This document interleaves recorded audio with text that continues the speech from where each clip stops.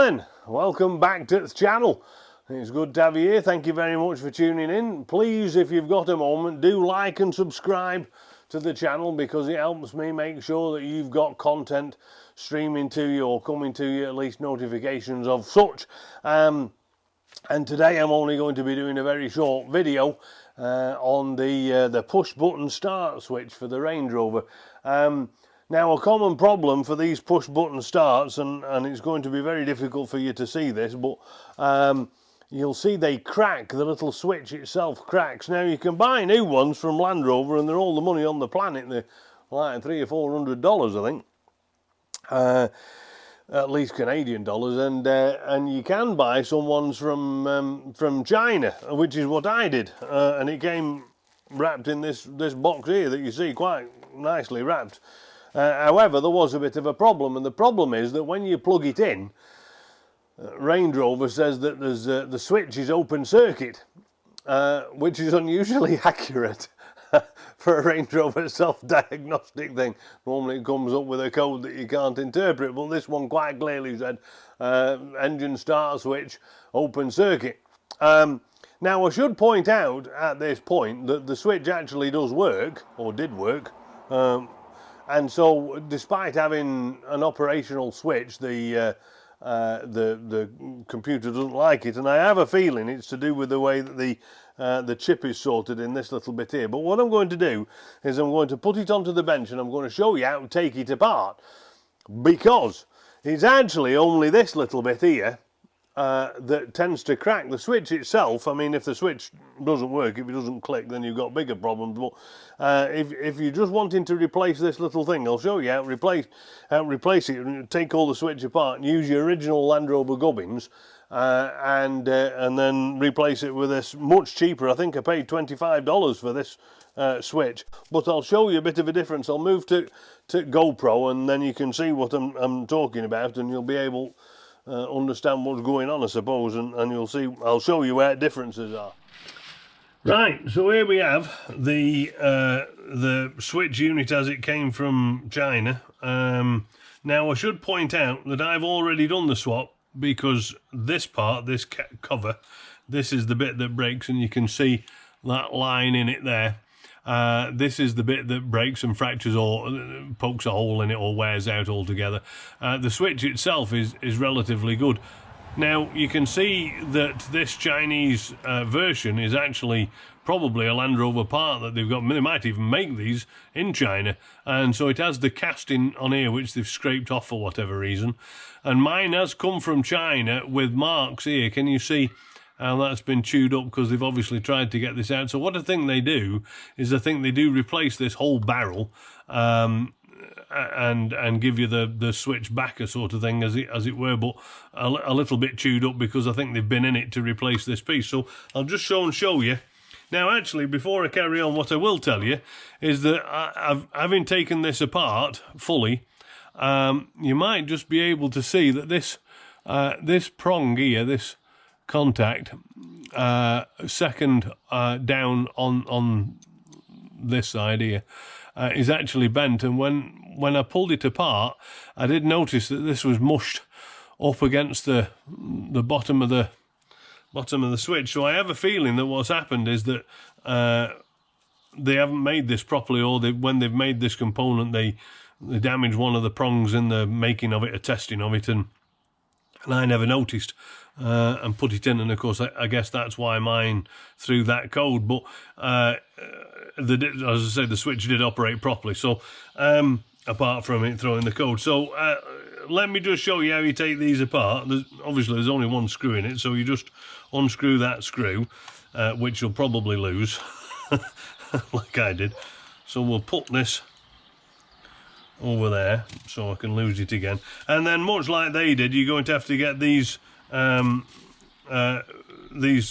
little clips out. So I just use this tool here to sneak under the back somehow,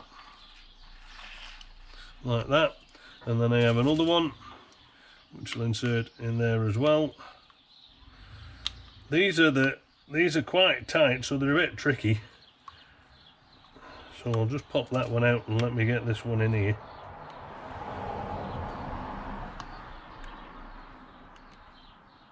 There we go. And so this pops out, that's the cover. So that is the little chap that the prongs poke through, and you can see the damage. I've straightened it out. I had to straighten it out to get it into this. Obviously, when it was bent over double, it wouldn't come through those holes. So this is the actual switch component, and you can see the damage here. I'm using the wrong poker.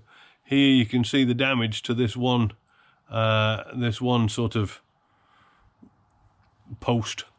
The others are a bit twisted, but they do work.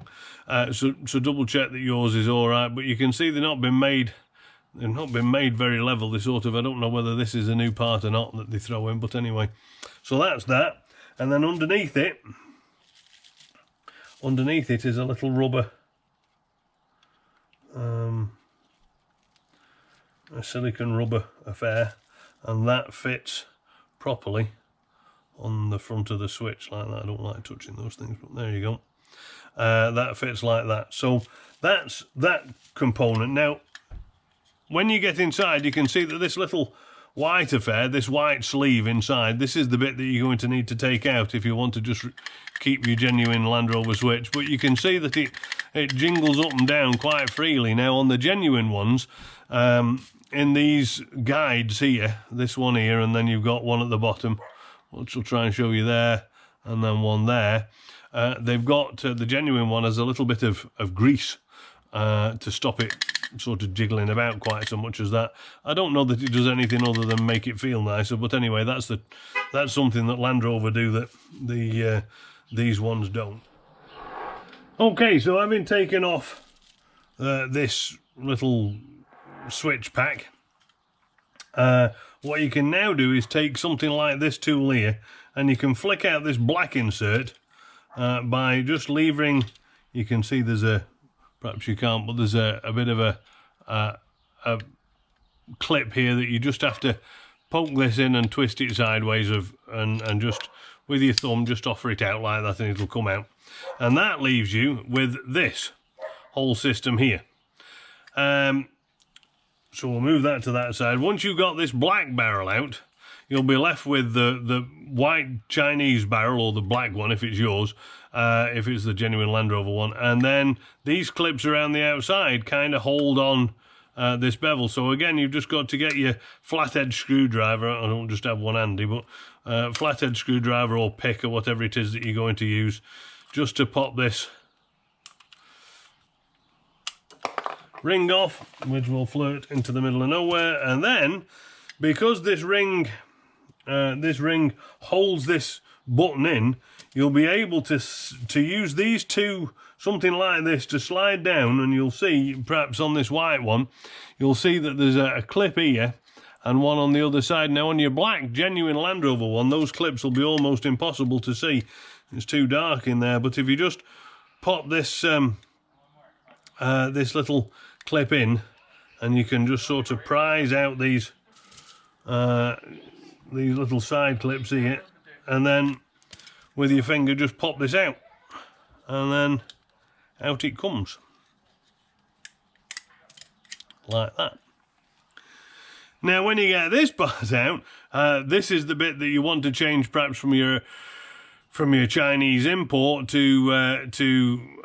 your genuine Land Rover one, assuming that you want to go that far. And again, this is just a case of using some tool of this of this nature to poke down the little clips like that, and just prise it off, one on either side, and then this cover comes off. And again, rebuilding is exchange this broken part for the part that comes on your Japanese one, clip it back together. This is slightly harder on your original one because you don't want to disturb the grease that's on these sliders if you can help it. And as I mentioned in just earlier on, these screws are really only designed to contact these two switch points here like that. And presumably this white casting is not the same size as the original specification, which doesn't have these screws.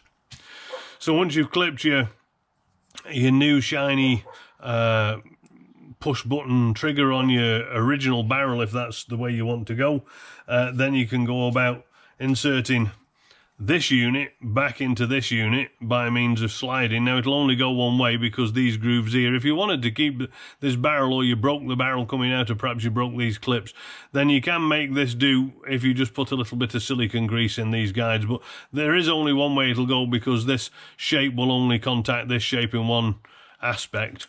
And then you just clip that back into place. Once that's back into place, you can then clip this back into place, and that just snaps on. So, and then once that snaps on, then you can slide this back into place, and this only slides in one way, like that. And then your switch is almost complete. What you've got to do, and you'll notice here, if I show you carefully, that the Chinese who have pulled this apart to reinstall this new barrel have damaged the screw thread on mine. But anyway, you then take your switch insert, and you can balance that in. I don't like touching these chips because some of them are static sensitive, and I carry quite a bit of static charge in my body, and some of them are static sensitive, and I don't know which ones. So I try to avoid touching them if at all possible. And now you can see again that there's nothing for this to run on, and it doesn't quite go in nicely. So be careful when you reassemble the switch. Put those in there, and then that goes in there. That clips into place, and then you use this screw if you haven't lost it, and just screw it all back together. Now it doesn't feel terrible.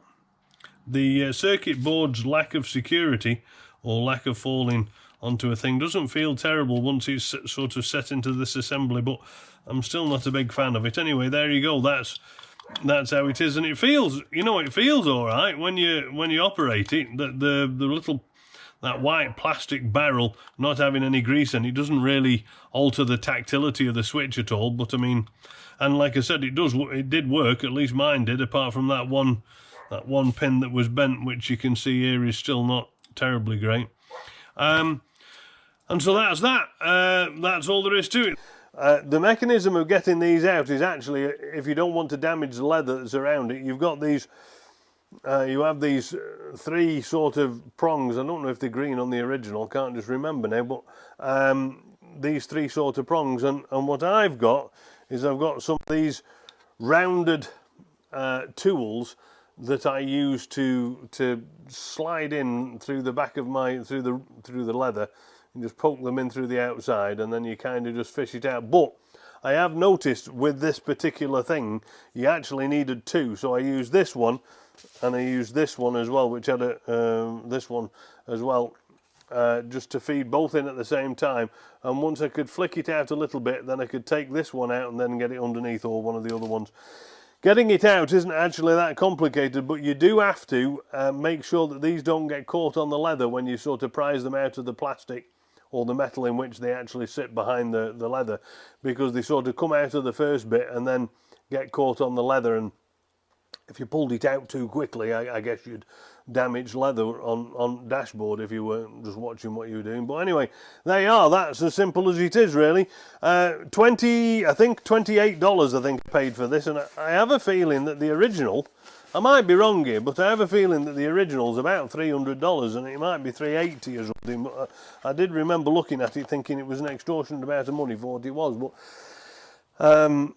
there you go, that's that. Put the Land Rover badge on and it's all the money, honey. And that's all I've got to tell you, really. Thank you very much for tuning in. Do like and subscribe the video. I hope that's helpful. It is a common fault on the Land Rovers. You'll have noticed in the video that I've got a couple of these pieces off the back of the steering wheel, and that's because I've added flappy paddles, but there does seem to be an issue with the 2010s where if the transmission ECU has not had the updates, it won't accept the remapping or the opening up of the CCF file to paddles being fitted, and so I'm currently in the stage where I'm approaching Patrick at Gap Tools to try and send me a new file to update the transmission to make that work. I do know it works because a number of people on the forums have fitted these paddles to the 2010s and they've had similar sort of transmission mapping. So yesterday I spent all day recording a video and I fitted it all in nice and neatly and it still didn't work. So I was a bit bothered by why that didn't work. Anyway, after doing some research last night, I did figure out the reason. Anyhow, that's all I've got to tell you really, I think, for today. Thank you very much for tuning in. I will see you on the next video. Do like and subscribe to Shedlock 2000's marvellous rabbity videos of many interesting Land Rover things, and I guess we'll see you on the next one. Cheerio.